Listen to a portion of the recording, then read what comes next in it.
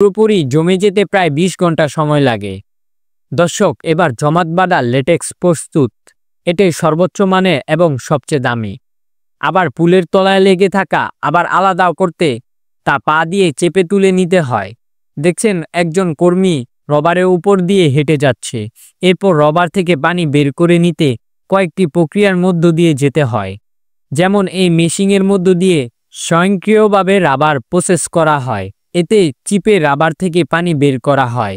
আবারও একটি প্রসেসের মধ্য দিয়ে যেতে হবে, অর্থাৎ পানির মধ্যে দিয়ে পরিষ্কার করে মেশিনে ঢুকাতে হয়। দেখতেই পাচ্ছেন একদম পাতলা রবার শিট বের হয়ে আসছে। তারপর এগুলো শুকাতে দেওয়া হয়। দর্শক, এই রাবারের পাতগুলো পরবর্তীতে রোলার টায়ারে, জুতার তলা এবং অন্যান্য নানা ধরনের রাবার পণ্যে রূপান্তরিত হবে। আর ভিডিওটি যদি আপনাদের ভালো লেগে থাকে আমাদের চ্যানেলটিকে অবশ্যই সাবস্ক্রাইব করে দিবেন এবং ভিডিওতে একটি লাইক করে একটি কমেন্ট করে যাবেন।